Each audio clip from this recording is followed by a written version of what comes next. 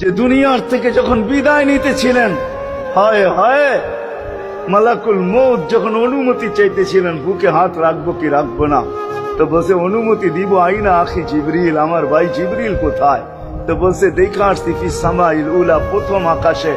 একটু পরে উনি সালাম দিয়া ঢুকছেন, ওনার চোখে পানি ছিল। তো বলছে আপনি কাঁদেন কেন? বলে আজকে এলপিআর এ চলে যাব, আর কোনদিন ওহির বাহক হয়ে জমিনে আসবো না। আপনার পরে কোনো নবী নাই, কোনো রসুল নাই, আমারও ওহির কাজ শেষ। ওহির সুবাদে কখনো কখনো নৈকট্যময় জায়গায় চলে যেতাম, আজ থেকে আর যাওয়া হবে না।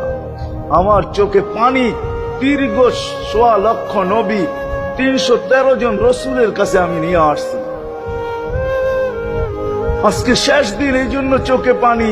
তো উনি উল্টা প্রশ্ন করছেন, আপনার চোখে পানি কেন?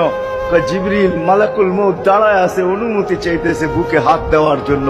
এখনো এক প্রশ্ন বাকি। বলছে সেটা কি? বলে ফামান লিবাদিল উম্মতি। অথচ ৯ ঘরে চুলা জ্বালানোর মতো তেল ছিল। খাওয়া তো দূরের কথা, বাতি জ্বালানোর তেল ছিল না। আম্মা জান আয়েশা রাদিয়াল্লাহু তাআলা আনহা বলেন, যদি তেল থাকতো তো খিদার তাড়না এতটুক ছিল, আগে তেল পান করে নিতাম। হাদিস উঠায় দেখেন, লেখা আছে ৯ ঘর ছিল, ৯ ঘর।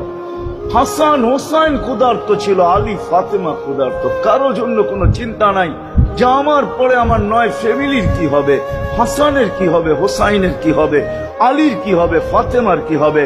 যেই সময় চাইতেছেন ওই সময় বলতেছে, জিবরিল আমার পরে উম্মতকে কে দেখা রাখবে?